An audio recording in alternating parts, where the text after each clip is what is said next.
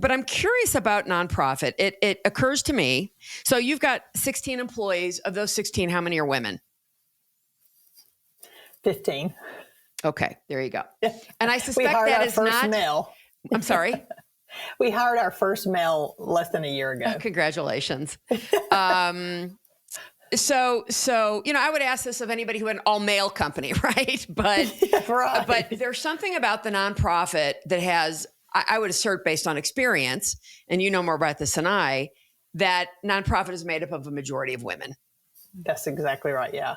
And we try to hire men. I know you do. They don't apply. Right. And we can talk about that. But my question is, and I have an assertion, but I want to hear what you have to say. Okay. All right. Why is that? Mm-hmm. I think I know why that is, but I would like you to tell me. I wonder, because I do feel like people don't realize we try to run this organization like a business. We try to be competitive with benefits and pay and all that. You're never going to get rich working for a nonprofit. Mm-hmm. You're never going to get paid like you're going to get paid in the corporate world, but we try to be competitive. I think a lot of it has to do with men, for lack of a better word. They're mainly sometimes the main breadwinners, and so they feel like they have to do that. Yeah. I feel like men struggle with, I think in nonprofit, you have to be driven. You have to have goals. You have to have all of the things that you need to do in the corporate world, but you also have to be humble, and you have to have a heart, and you have to have compassion. And sometimes those things are frowned upon in the corporate world. Yes. They feel like it has to be all business and driven, competitive. And I think men are drawn more to that. I applaud men that see the value of working in a nonprofit industry, because I have so many people and a lot of men that have called me throughout the years. I'll get a call at least once a month of someone in the corporate world that want to switch over to nonprofit. And they'll say, I've seen your journey. I've seen your career. How cool is that? And I'm waking up every day thinking, what am I doing? Yeah. And so they're, in their 50s going, what am I doing? And it's because because they feel like that's what they're supposed to do. So I feel like men think, and a lot of people think, oh, nonprofits are just nice and they're all volunteer ran and it's this nice fluffy thing over here.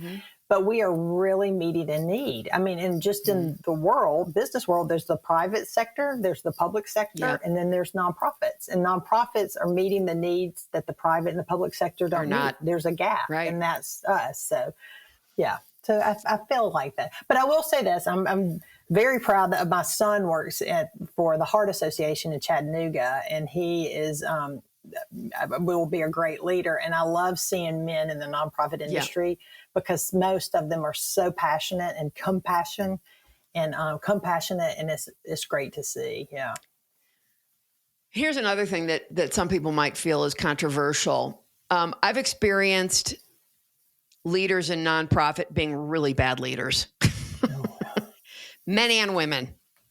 And I've, of course, experienced the opposite as well. And of course, you find the same thing in corporate America. But, I've thought to myself, and there's an organization here in Denver, I won't mention it, but their former CEO was a man. He came up through the ranks in the organization. It's a very old organization, headquartered here. And every time I would see him at anything, because I was a volunteer for them for a long time, until I finally just thought he is completely out of touch with the people working for him. Now, and that of course can happen in corporate America. Yeah. But I have to wonder, because he basically started there as a kid and spent over 30 years there, that he probably never got any leadership training. Right. Or anything like that. And I thought, well, no wonder he's a horrible, in my opinion. He was great at raising money. I would say he wasn't great at anything else. And I thought he'd never make it anywhere else because nobody else would hire the guy. Sure.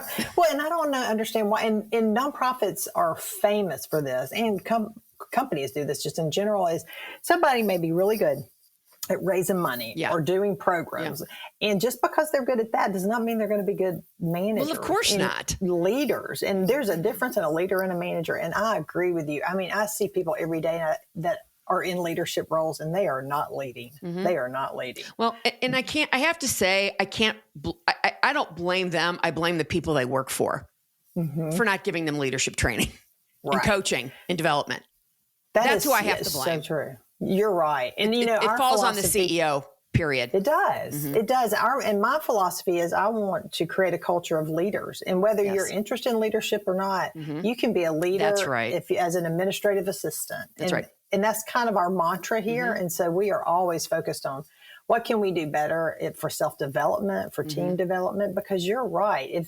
Because whether people stay here or they move on, we want them to move on being better career people, whatever that means for them. And you don't want them to move on because they had a shitty experience working for you. That's exactly right. So, that's, and it's funny. I literally just had this conversation with somebody yesterday about just because you're not in a leadership position doesn't mean you aren't a leader. You're so right. Okay. You're and that's so right. really, really important for people to realize. Okay. You can lead up. You can lead peer to peer. That's right. I mean, yeah. And we all should be leaders. I say that all the time too. You and I think alike. Yeah. Tracy, what would you say are some of your biggest challenges that you're facing in your organization? And would you say those are the same challenges other chapters are having? Because I know you, like you said, you're going out to Vegas next week and, you'll be meeting with everyone, right? So, I'm curious about that. I think what a lot of us are experiencing right now is compassion fatigue.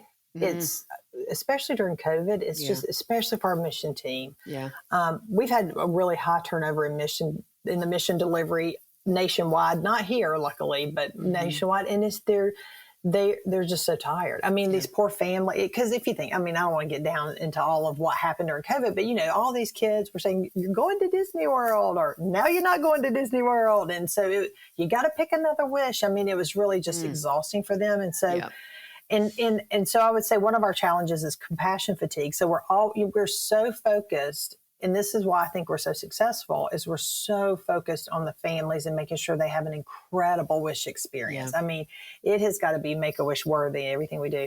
And we're so focused on our donors. Our stewardship is so important to us that we don't focus on ourselves. And so that one of the main things I have to do is make sure our staff are taken care of, that they're doing self-care, that all of those things, because I don't want them to have burnout. Right. And in nonprofit, it is 24/7. Yeah. I mean, we have to make sure we're available. Like you volunteer for nonprofits. Our volunteers are the lifeblood of our organization. So, and they have their own lives and they have their own jobs. And so when they choose to spend their time with us, we need to make sure we're available. They have the tools they need. Yeah. And so a lot of times that's after hours, that's weekends, that sort of thing. Right. And then we still have, so it's those hourly struggles of, are you really having a work-life balance? Yeah. And everybody struggles with it. And everybody here is so passionate about our mission that they get up every day motivated. But you can run yourself dry. So I worry about burnout with the team. Yeah. That's what I worry about. Carol Schultz here. Thanks for watching this excerpt from Authentically Successful. The conversation doesn't end there. So if you want to hear this episode in full and all my conversations with many other successful founders and CEOs, please visit verticalelevation.com/podcast.